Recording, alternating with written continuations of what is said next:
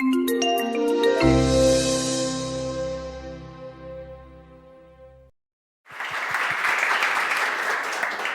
guys have a pretty impressive resume between you. 6 James Beard Awards, multiple incredibly successful cookbooks, some of the most interesting and unique restaurants, mostly in Philly. How is this experience with this cookbook different for you? Well, our first cookbook is called Zahav, which is the name of our restaurant that just turned 10 this year. Oh, congratulations. Thanks. Yeah, it's like in like dog years, it's like a 70-year-old restaurant, I think. Especially when it's been like called like the most influential or important restaurant, food and wine, right? People say a lot of nice things about it. A lot of nice things about it. But so that cookbook, which was our first, was really a look at the food of Israel, but through the lens of Mike as a chef and what we're doing in Eastern Pennsylvania with the products that are available to us and the influences of where we are. And Israeli Soul was really based on an 8-day trip that we took to Israel. We ate 82 meals in those 8 days, and somehow both managed to lose weight doing it. So you need to talk to me about that later, because that sounds like a perfect plan. Kind of magical. So that was really an attempt to, I think, go deeper into the roots of the cuisine, because Israel encompasses over 100 different cultures that have, many have been there for thousands of years, and many are, have come within the last 70 years. So it's really a complicated, complex sort of food scene to unpack, which is what we try to do in this book. And it's also approachable for those of us who are just cooking at home, yeah? Yeah, we wanted to basically take everybody over there, immerse them in the food, and then process it in my tiny little crappy apartment with like ill-equipped kitchen, which I think know we is all ironic thank you for that. Absolutely. Because I know, but so I was living in this 1-bedroom apartment at the time, and the deal was that if we could make it in that kitchen, it could make it into the book. That's amazing. Yeah. So what are you going to make for us today? So we are going to make a couple things. We're going to make Steve's patented. You should have just done this. I should have. You should have just. It should have been yours, right? Not in the book. A 5-minute hummus. Steve has 4 children, so to be able to make 5-minute hummus, very important for the well-being of the whole family. So 5-minute hummus. We're going to make Matbucha, which is like a North African sort of condiment salad situation, and we're going to make zucchini Schnitzel as well, and then we're going to put it all together. Yeah. Sounds delicious. I hope you certainly talked us up a lot. I hope that we don't blow it. I think I actually underscored everything just slightly. So I think you guys are doing it yourself. Thank you so much. So really quickly, we're gonna make the matbucha, and we've already started that because this process takes a while to cook. All right. The thing about this is not like competition TV cooking. A lot of this stuff most of the stuff is actually like from the diaspora, and it's like very grandmothery. Okay, so it's not about like showing off. It's really about sort of soulful stewing, very vegetable heavy, and this is a fantastic example of that. This is sort of a condiment, or it can be served as a salad course. When you sit down and you get salad in Israel, it's not like a Caesar salad with like blackened like mahi. It's like 7 or 12 like tiny little dishes that usually represent an entire part of the world, or multiple parts of the world, and they're like room temperature, and sometimes they're cooked, or sometimes they're raw, but like very heavily seasoned. So this is olive oil, garlic, onion, and peppers that we've cooked for a very, very long time at a very low heat with olive oil. We're gonna add some salt to this. Mike, I have a question. Yes. So this is originally from North Africa, right? Yes. But basically, almost every Israeli restaurant you walk into, you'll find this on the table. So how does something that's from one part of the world become part of like part of the food cuisine of an entire country? Well, I mean, I think that's the thing, because Israel is at one point super young, it's 7 years old, but also the culture of Israel, or the diaspora, the thousands of years that have sort of brought back all their cooking traditions and the gastronomies to one tiny little place. Everything is this sort of mishmash, and you see it in very quick, real time, right? I mean, I moved back to Israel. I was born there, but I moved back in the 90s, and there was a huge wave of Ethiopian immigrants that nobody knew about kind of up until then. It was this sort of like lost tribe. came back, and now there's like heavy use of fenugreek, teff, and Ethiopian cuisine is sort of being it's part of the conversation now. So in the 50s, the Moroccans and the Libyans and the Algerians too, not yet the Tunisians, I believe, moved back. They brought with them Matbucha, which is served, like I said, and like it could be condiment, it could be breakfast, it could be anything, and it's found on basically every kebab shop in Israel serves this as like ketchup or salsa. And now also when you sit down in a restaurant in Israel and you're presented with like spicy condiment, it used to be harissa, but the Yemenite Jews brought back skug, which is also part of it. So it's impossible to avoid this like tapestry of culture in Israel. It's just, you can't even, it just happens sort of organically. Yeah? Did that answer your question? I'm satisfied, yeah, thanks. You just wrote an Israeli cookbook. You should know. All right, we're going to add tomatoes to this, and then we're going to cook this down for a very, very long time, probably like an hour or so. And what we want to do is get all the water out of the tomatoes. It'll get really, really sweet. The hands-on time here is, what, 10 minutes, and then you let it go for... Yeah, you let it go very low temperature for a very long time. And I actually what I'll do is put my oven at a very low temperature, like 200 degrees. I'll start it at night, and then I'll just put it in like a cast iron or something like that, very lightly covered, and just rock it out overnight. And when you wake up in the morning, you're like, is that coffee? Is that matbucha? I don't know. So I also, too, if you've noticed, I've been adding salt in layers. I don't like just adding all my seasoning at the end. I like to add, like whenever you add a new component to this pot, I want it to taste excellent by itself. That's kind of the rule, I think, with like braising or with sort of complex saucing or sauce cooking, is you want to, every time you add a new aromatic or another component, you want to treat it as though you were going to eat this thing by yourself. So I always add like a little bit of salt. If you're big fans of spicy, or if you like coriander or paprika, also add it in layers. The onions and the peppers get seasoned. Tomatoes get seasoned. Cook it down, and then you finish at the end. That way the flavor's developed, and it's not just like one note, you know? Also, we're going to get started with our zucchini schnitzel. Have you guys all had schnitzel before? Steve, can you tell them something anecdotal about schnitzel in Israel? I can. Please? I can. I mean, when Jews first started coming back to Israel around the turn of the 19th century, it was primarily German Jews at that time, that wave of immigration. So the schnitzel was a dish that they brought over to Israel. It had, they were used to veal, which wasn't really available when they got to Palestine. And so chickens were a lot cheaper and a lot more widely available. So chicken schnitzel sort of became the unofficial tourist food of Israel. Like many of us encountered it for the first time on a tour bus, and it wasn't very good. And it's gotten a bad rap over the years, but it's kind of making a comeback. And I mean, it's basically fried chicken, so it's inherently good. But it became really popular in Israel in the early days of the country because it was a super poor country that was very isolated from a trade perspective. People didn't have ovens in their home. So to take like a pounded out piece of chicken and bread it and fry it in a pan was cheap. It looked like a lot of food because it was pounded out really thin. And it was something that they actually used to teach as each successive wave of immigrants came to Israel. They actually would have cooking classes and teach everybody how to make schnitzel. So something that started out as European and German became widely adopted in the country, and you encounter it in like museum cafeterias and tour groups. And then there's an awesome place right on the beach in Tel Aviv that makes these incredible schnitzel sandwiches that, I don't know, taste so good after you come out of the water. Yeah, and also you can eat them like standing up in your bathing suit with no shirt on, which is a pretty amazing thing.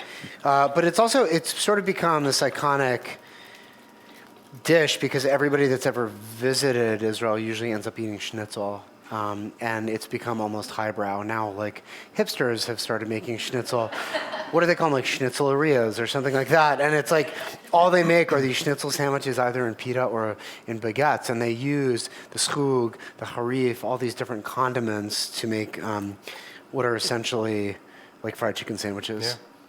Yeah. So what led you to zucchini schnitzel? I just feel like it makes zucchini is delicious. I feel like we always have it in our CSA, and I'm like, I can't do this anymore with you right now, Schnitzel, or with zucchini, and I feel like you need something kind of exciting, and it's sort of a star, you know. It's if you treat it like a piece of protein, it's something really, really special, and nobody's also really doing it. I mean, people do like eggplant like this, sort of like Milanese, but so.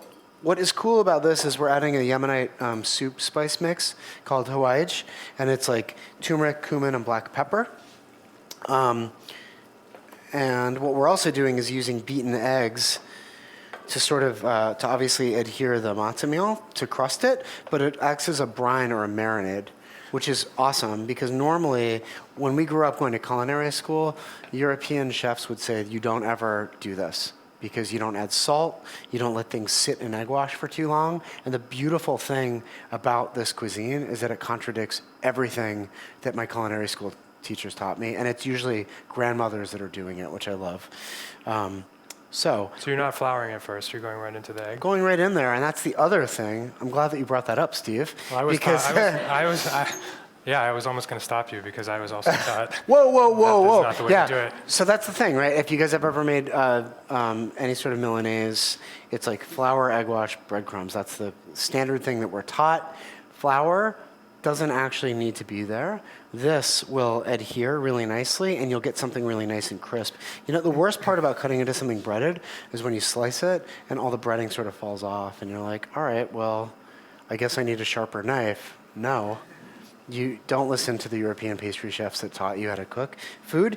You just simply batter it and marinate it, and then we're going to bread it in matzo meal and fry it. And this works really well with chicken. This works well with veal. This works well with eggplant. This works well with green tomatoes.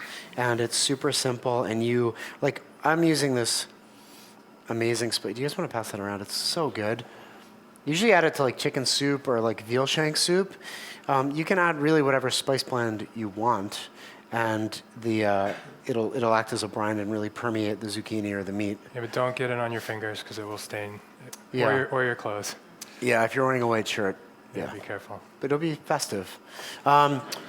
So, Steve, you want to show them your hummus or what? Yeah, so Okay. we have a recipe for hummus in our first cookbook, which is really based on what we do at the restaurants. And it's super easy, but it requires a little bit of advanced planning. You have to soak the chickpeas overnight. You have to cook the chickpeas. So we really wanted to come up with like a little bit of a shortcut because we feel like there's really no reason to buy hummus from the grocery store because you can make something that's super cheap and you can make it really quickly. The idea came to us, we were doing our 6-minute abs one day, and we were like, well, we could do hummus in 5 minutes and we would be rich. So we're gonna do it all in the food processor. When we're done, for the most part, this is the only thing you have to clean. And it was really based on, so the great folks at Google have actually done the dirty work of taking tahina out of a jar and emulsifying it in this bowl. But if you've ever opened a jar of tahina or natural peanut butter or anything like that, you know that there's oil on top, there's like some nice stuff in the middle, and then a bit of sludge on the bottom.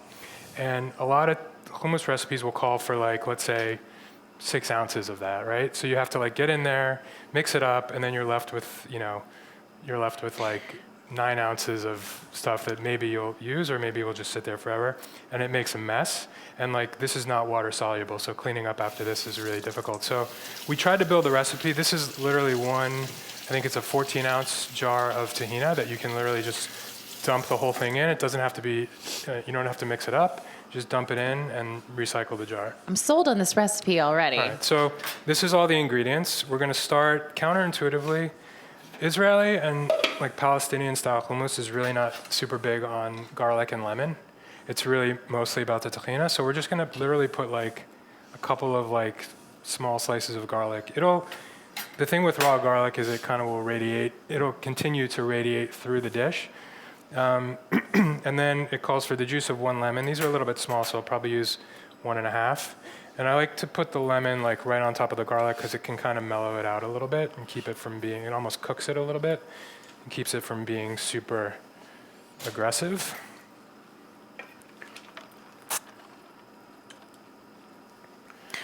Yeah, there's nothing worse than eating hummus and then 2 days later you're like, I don't know why I still have that taste in my mouth. And then we've got the only other things we're really going to add besides the tahina and the chickpeas is a little bit of cumin and a little bit of salt. And the nice thing about the other nice thing is we're using canned chickpeas, which a lot of people might say is an inferior product to like dried, soaked, cooked chickpeas, but we actually feel the opposite, because when you buy dried chickpeas in a grocery store, they could have been sitting in a warehouse somewhere for 2 years or 2 months, and you go to cook them, and they could take 45 minutes or 8 hours, or every never. once in a while, right? Every once in a while, you get a batch of chickpeas that, like, literally never cooks. So just adding some cumin and some salt. And then we're going to put the whole bowl of this in. And you guys can see this matbucha cooking out right now. It sort of resembles like a tomato sauce. And honestly, this with like ziti would be fantastic, but we're going to let this cook it down and down and down. We're going to add a little bit of olive oil to it and really let the flavors concentrate and bind. All right, so we're going to just buzz this up.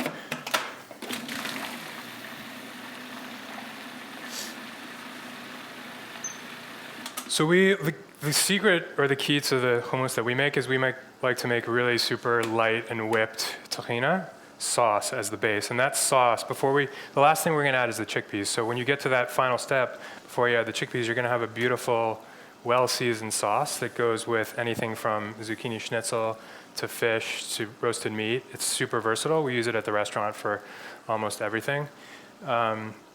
But in order to get it whipped, we're going to add water. And the thing about tahina is it's mostly fat. And when you mix fat and water, sometimes it's problematic. So the trick is to use ice water. And I'm going to show you, when you first add the water, it's going to look really gross and broken. But it's Technical kind of, term, gross. It's like, I don't know, it's like the closest we get to magic is to watch that come back and turn into this beautiful pale creamy sauce. So I'm going to start, and then I'll stop to show you guys what it looks like.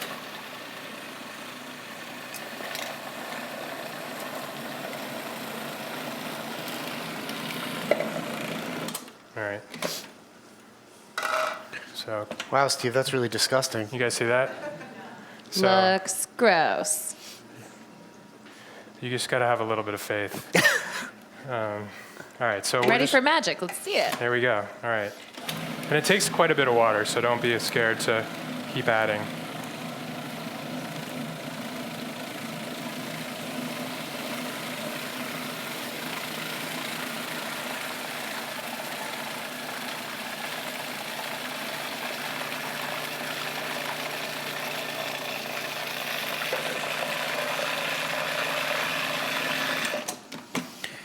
So Oh my God, magic.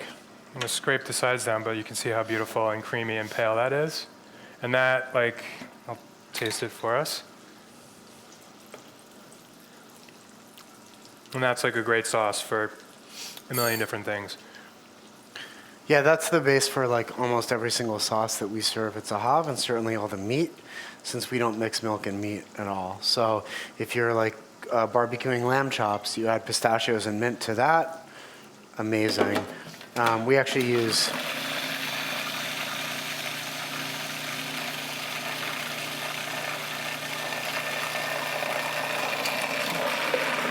You're You can- saying? I'll wait. We like ground walnuts and urfa peppers for roasted fish as well. Really, really good. And because it's been minimal garlic and a little bit of lemon, you're not going to have like a huge fermentation problem. So it can sit in the fridge for a couple days. People even freeze it, which we don't recommend, but it does work. You just have to put it back into the Roboku to spin up so it lightens. Right, the heat from the motor actually is your friend. If you take cold hummus out of the refrigerator, it seizes up. You put it back in here, maybe a little bit of water, and like just literally the warmth from the motor is going to bring it back to room temperature and make it taste like you just made it. Yeah, How's the frying going over here? frying is going really, really well. So we have a little canola or grapeseed, just medium heat. And I don't want to go super hot because the zucchini is raw. So if if it's too close to high, the exterior and the crust will cook and the interior will be raw. And you don't want al dente fried zucchini. That's super junior varsity.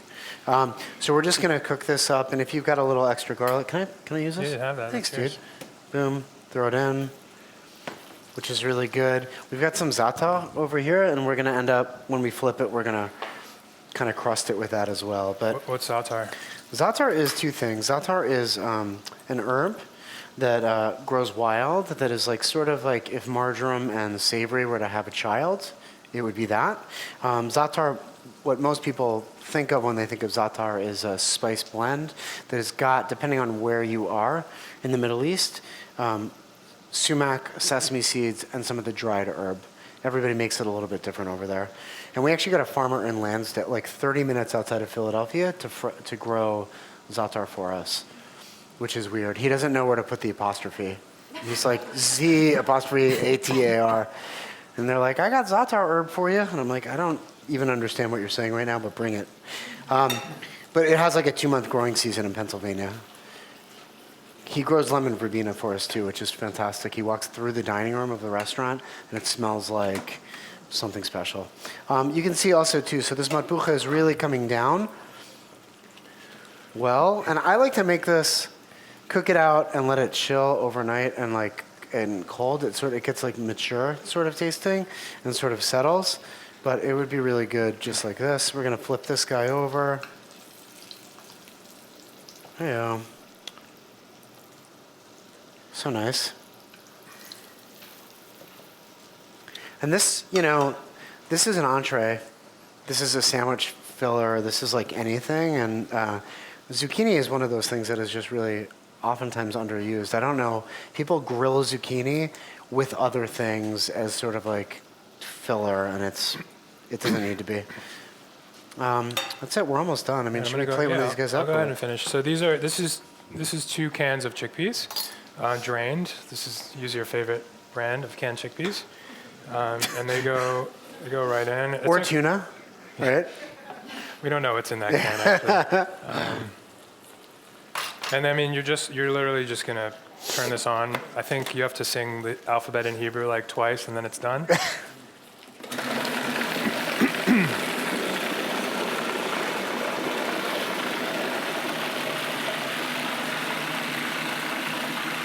Stop a little bit and just make sure you scrape down the sides once or twice. The color is beautiful. Yeah, it's really gorgeous. You're not singing. In my head, I am. It's internal monologue.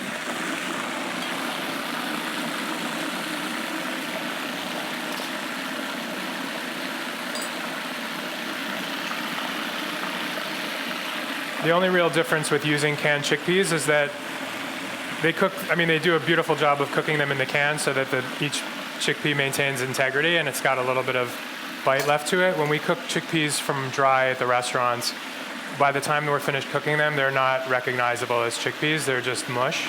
And that's what contributes to like a super creamy texture. But that texturally is just a matter of personal preference. Like this is going to be still very, very smooth, but you'll have a little bit of texture in it.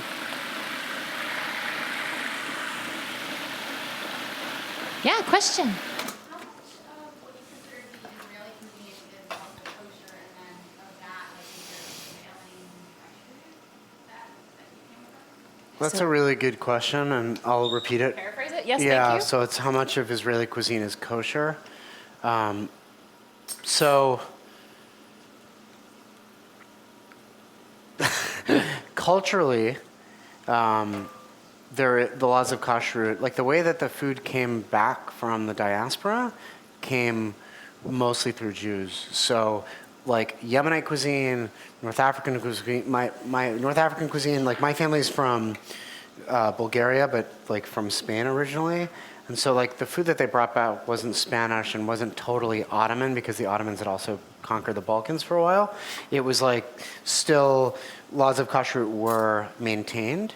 So it's not like just Yemenite food from Yemen. It's Yemen without milk and meat together with the cooking on like Shabbat, which is a big thing, that overnight cooking, because you're not allowed to, from sundown on Friday till sunset on Saturday, you're not allowed to mess with your ovens. And you're also kind of commanded to have an extravagant meal on Saturday, which is a huge problem, right? Because you can't turn ovens on and off. So everybody's got their own version of like cassoulet or overnight sort of Sabbath stew. So I would say, as I was saying before, we're not like kosher, but we wanted to keep it a little bit real because the laws of kashrut are relevant when it comes to the eating, like the cultural way that you eat in Israel for the majority of the population. So I'm not sure, actually, I like almost forgot the intent of that question, but I hope I answered part of it. But that's a good way for us to distinguish. Like when we started, we were like, well, if we're not kosher and we're roasting lamb, I want to serve it with yogurt, you know? But once I start serving it with yogurt, that takes away a little bit from like the intent that we want our customers to have, or that we wanted to cook with, to understand what like that palate was.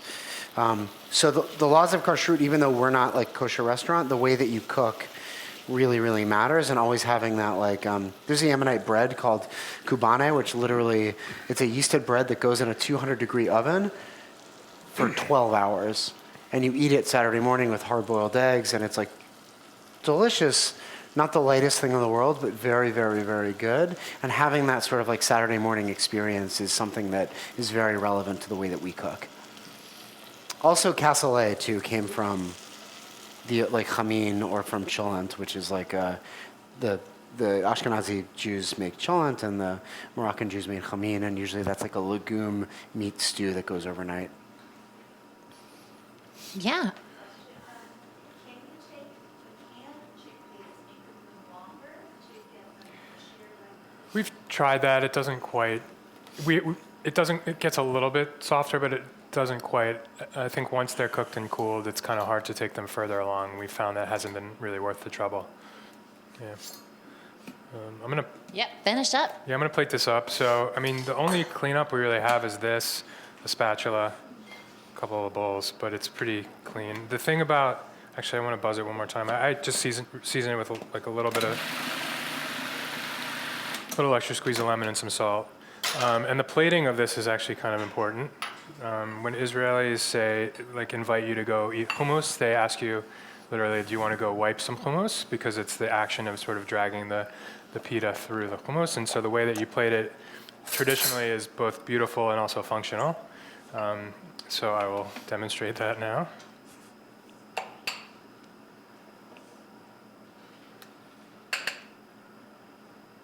So you kind of want to put the hummus in the middle, and you kind of want to take the back of the spoon and go around and sort of run the hummus up on the rim of the bowl, kind of like a wave, which just kind of makes it easier. And a shallow bowl is great because it makes it easier to like get in there and not get hummus on your sleeve. And then we have in the book about 25 different toppings for hummus, which are not super traditional in Israel, but it's such a great canvas because it's rich, but it's also kind of neutral. So we top it from everything from pine nut and broccoli pesto to ground lamb with baharat and pine nuts. Like it kind of goes with everything. But the simplest way to do it is just a little bit of olive oil, some chopped parsley, and some paprika. Beautiful. Absolutely. It's good for wiping. I'm going to finish this up as well. We're just going to take some of our matbucha, spoon it down with a little bit of hummus, zucchini,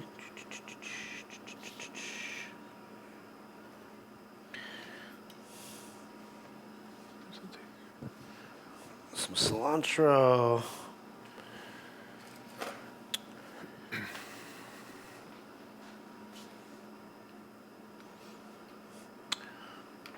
I feel like finishing everything with like excessive amounts of olive oil is the way to do.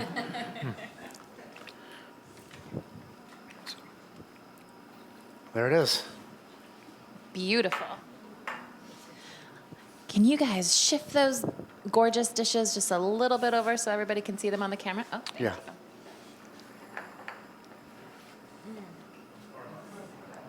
you go. More. Oh, okay. More. There you go. All right. Thank you, everybody. Thank you. All right. Beautiful. So we absolutely have time for questions, but I have one for you first. So in addition to Zahav and your cookbooks, you guys are the CookNSolo team. So Right. how did that come to be? How did that come to be? We've been working together for 13 years now. We were introduced actually by my wife, who's from Pittsburgh, where Mike grew up. And so they were family friends. And we were introduced, my wife introduced us about 13 years ago because I had the first restaurant I ever opened, I was looking for a chef. And my wife, Shira, was like, you really got to meet Mike. He's the other Jewish line cook in Philadelphia. The two of them. And we had actually, I think we had apartments in Philly. We both moved to Philly the same year. We had apartments literally right next door to each other for a year and never met. And I kept hearing about Steve as well. I was working at a restaurant called Vetri, and I was like going to leave. Yeah, we really in retrospect, it was a pretty hasty, foolish decision. We met each other for coffee for 20 minutes, and then I was like, "Do you want a job?" And that's kind of how it But happened. now it's James Beard Awards and 6-minute abs. It clearly worked out. Yeah, one of those things. It's fun. I mean, our business, when we started working together, Steve was the owner of a restaurant that had 7 employees that was in 45th and Larchwood, past Penn's campus in West Philly. It was this tiny little BYOB, and today we have 250 employees and 12 restaurants or 13 restaurants? 12 restaurants. And, So many that you're not even sure. well, that's a lot, That's a We try to ton. block it out, the number, so we sleep better at night.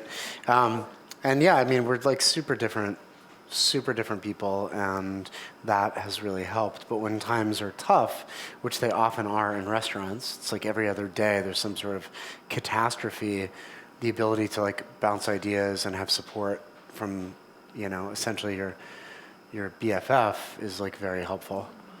That's beautiful. Right, and also auditing your terrible decisions. If it was only us, I mean, we independently would come up with some very bad ideas, I think. That's the best partner, the one who can really audit your terrible decisions. Totally. You had a question. Yeah, so there's this debate about what. That's a great question, and I guess I'll paraphrase, which is what is American Israelis' cuisine's role in telling the story, I guess, of Israeli food? I mean, the fact of the matter is food travels and food changes and adapts the way that people do.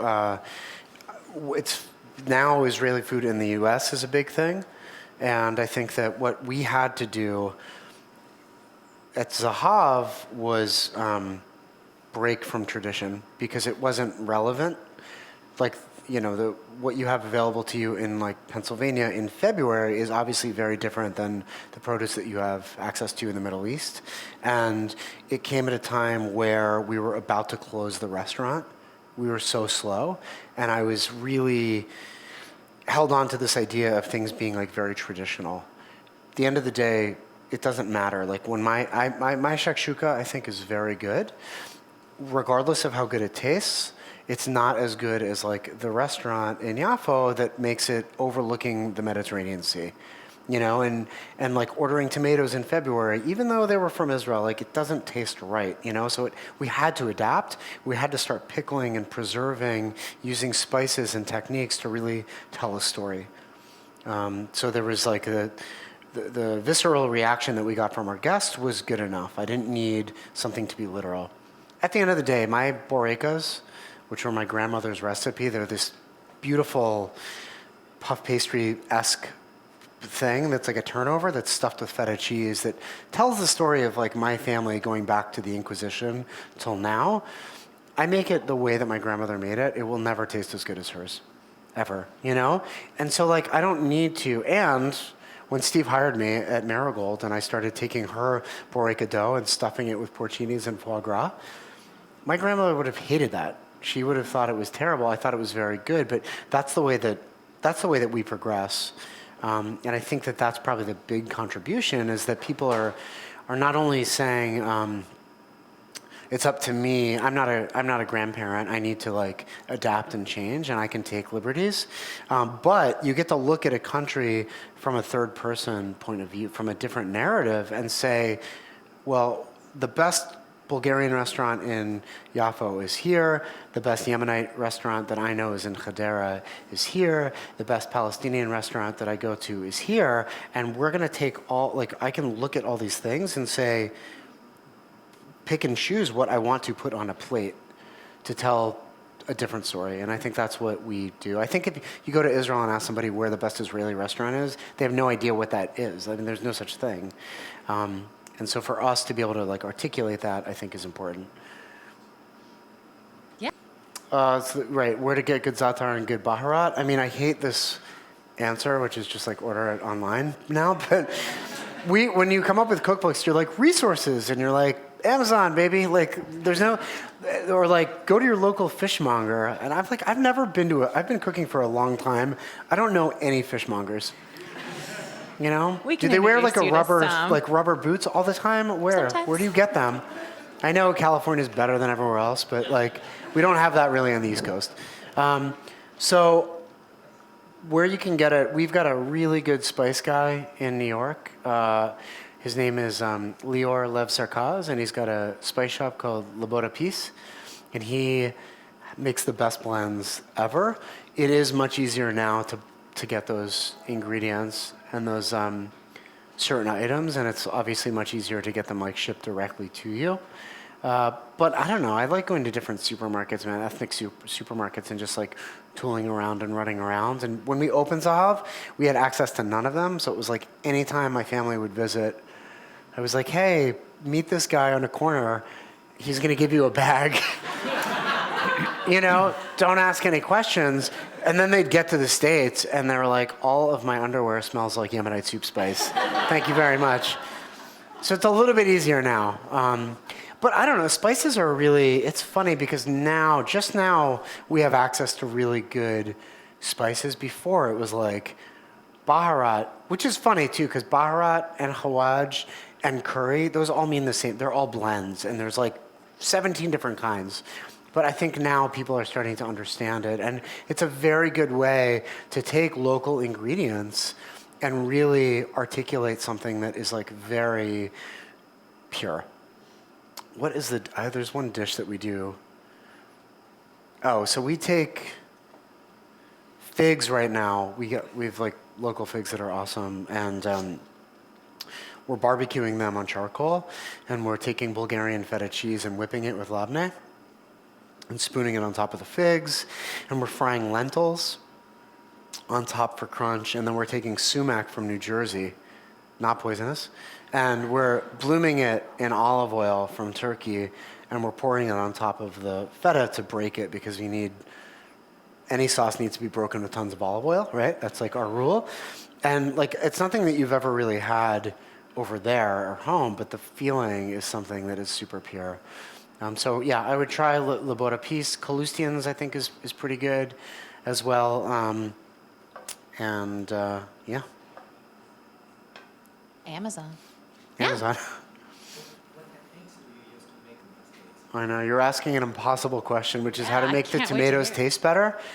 I mean, I feel like in California, they're pretty awesome. I think that, whenever we're in Israel, I'm like, wow, why does everything here taste so much better? From a trade perspective, Israel is essentially an island, so not even to be cool, but everybody eats local there. And I think that really helps out a lot. Like on the East Coast, we have to deal with like shipping from like South America or California at best. And like we have a small window in the summer or actually Jersey goes till mid-October, and they're great.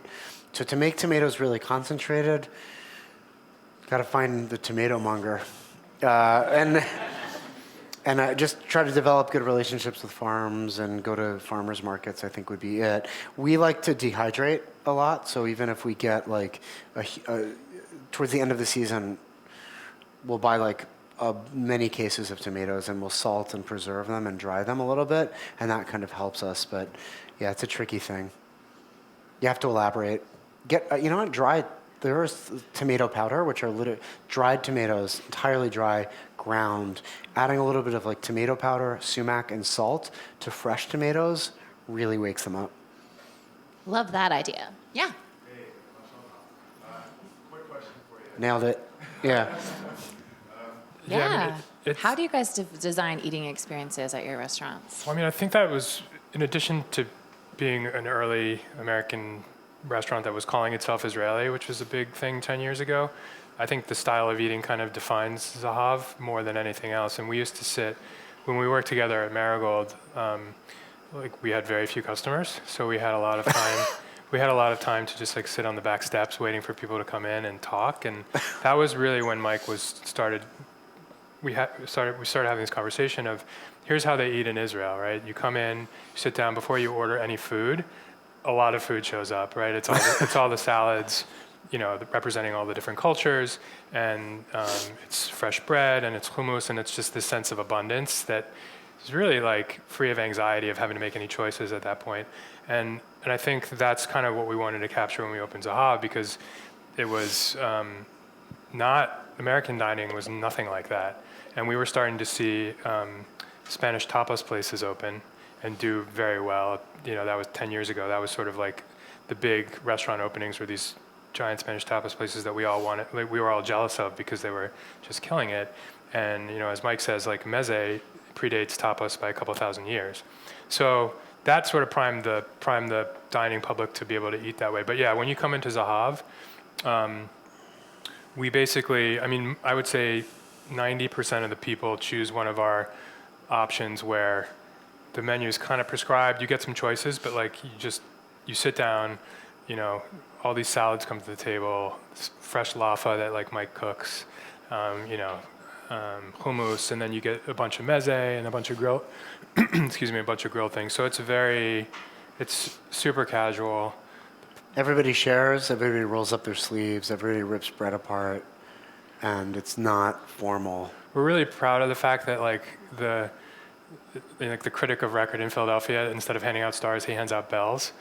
And you can get 4 bells, and I think there's 5 or 6 like 4-bell restaurants in Philly, which we're really proud to be one of. And I think our price point and check average is probably about half of the like next cheapest one. And so really like we try to be hospitable and warm and approachable as much as we can. And part of that is price point. Part of that is taking away anxiety from people when they come to a restaurant with a menu that like they might not know what the words mean. So that's a huge part of the success, I think.